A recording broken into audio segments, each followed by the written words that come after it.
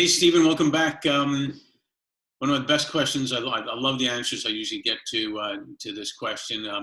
I've found influencers come in all shapes and sizes, all colors, all languages, you name it. Some for like a second in time, just at the right time, and Yeah. some for longer term. Do you have one or two people that influenced your life? Yeah. Well, she has a different position now, but when I first met her, she was an assembly member. This is Karen Bass, Assembly Member Karen Bass. I was an intern for her when I was in grad school, going back to school for social work, and I was really interested in policy. So I joined her internship program and was able to intern for her office.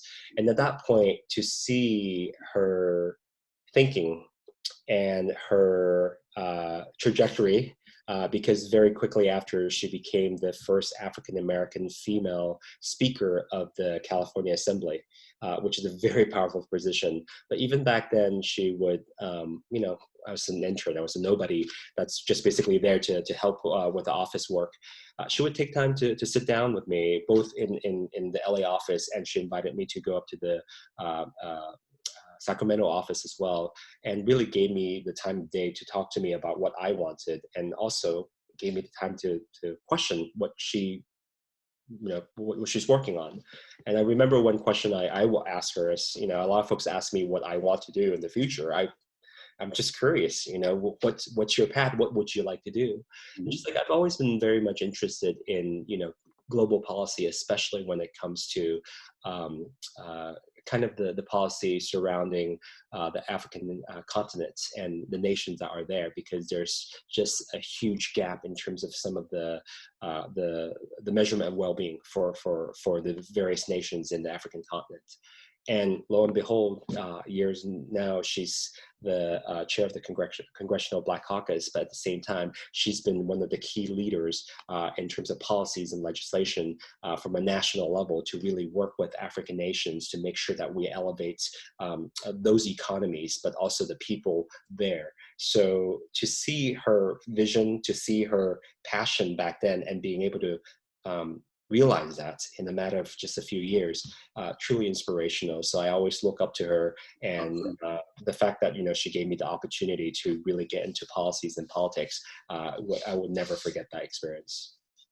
When I was really fresh out of college, not long afterwards, I ran up to London for a year and worked as a headhunter, and really didn't like it because one, the weather was a bit too cold for me. So I came back, and when I came back to LA, I decided that I was going to really pursue what I really wanted to do, which is to work with children. And so I was working in the domestic violence shelter for women and children who were experiencing domestic violence, who are escaping that situation.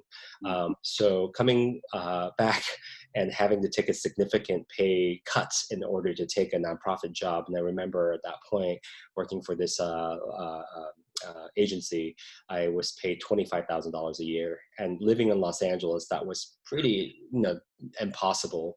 And this is in the early 2000s. So I was very fortunate to accidentally run into a person who bought a building in the Melrose area. And it came with, I guess there was a unit that was built. It was a apartment building with just 4 units. And it was just in the back alley of Melrose, where all the fancy shops are. And she was working, she bought the fancy shop, but it came with an attached unit, and she didn't know what to do with it. And I was living very close to it, and I knew someone that was there. So I wanted to see whether I can move into that location, and was hoping that it was affordable. What I was able to afford at $25,000 is not, you can't afford that in Melrose, even though it was a back alley, kind of unit. But I spoke to her because my friend introduced me to her, because he was living in the unit already as a landlord. And then as I was talking to her, she asked me about myself, what I was doing. So I explained to her about the domestic violence situation. And she revealed something to me that really broke my heart. At the same time, has been an inspiration since. It turned out that she was the best friend for Nicole Brown Simpson.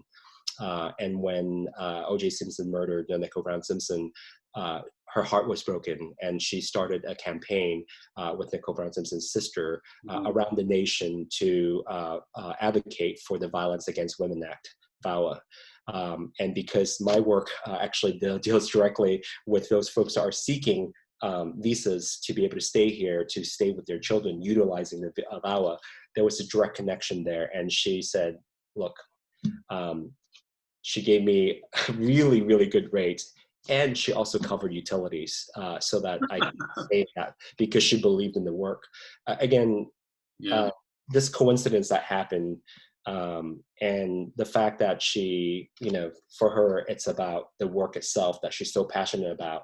And she was really, after advocating for legislation throughout the country and in Washington, D.C. for so many years, when it finally was done, she was exhausted. But in her connection with me, she was able to revive that kind of work. And so that connectivity was, one, miraculous in many ways, but two, to know what she did and to know the fight that she went through, and to be able to leave that legacy so that generations afterwards and years afterwards, we can still utilize that as a way to advocate for folks without voice. Her name is Shaki Chen. I haven't seen her in a long time. I hope she's doing well, but she's always been an inspiration and will continue to be an inspiration to me. Yeah, I don't think it's an accident. I always truly believe that things happen for a reason. And, maybe that was supposed to be, she was supposed to meet you, you needed that, and she needed it. And there you go. Sounds, whatever you want to, spiritual, whatever it is, but it happened, right? So that's super cool. I'm really glad you shared that also. It's a great story. Thanks, man. Yeah. No, it's just in your life, sometimes you just collect stories, and you have these great memories, but that's sometimes what drives you to your work. Sometimes it's a grind, the daily grind, but you look back and you dig deep and you find these other inspirational individuals and their work, and then it just basically gives you the strength to kind of carry on to the next day. Yeah, no doubt. Experiences and belonging is what fills people's hearts and souls more than anything. And whatever it may be, you can't, as they say, you can't take stuff with you, you can't take money with you, and the impact of, and that's where I think the caring comes in. People love to be with people that give them that energy. A player will do anything for a coach that cares about him, anything. And it'll be the same with an employee or a super lady like that that's just felt the energy from you to make something happen. So that's why I love the question. Brings up good stories. So thanks, my friend. Thank you.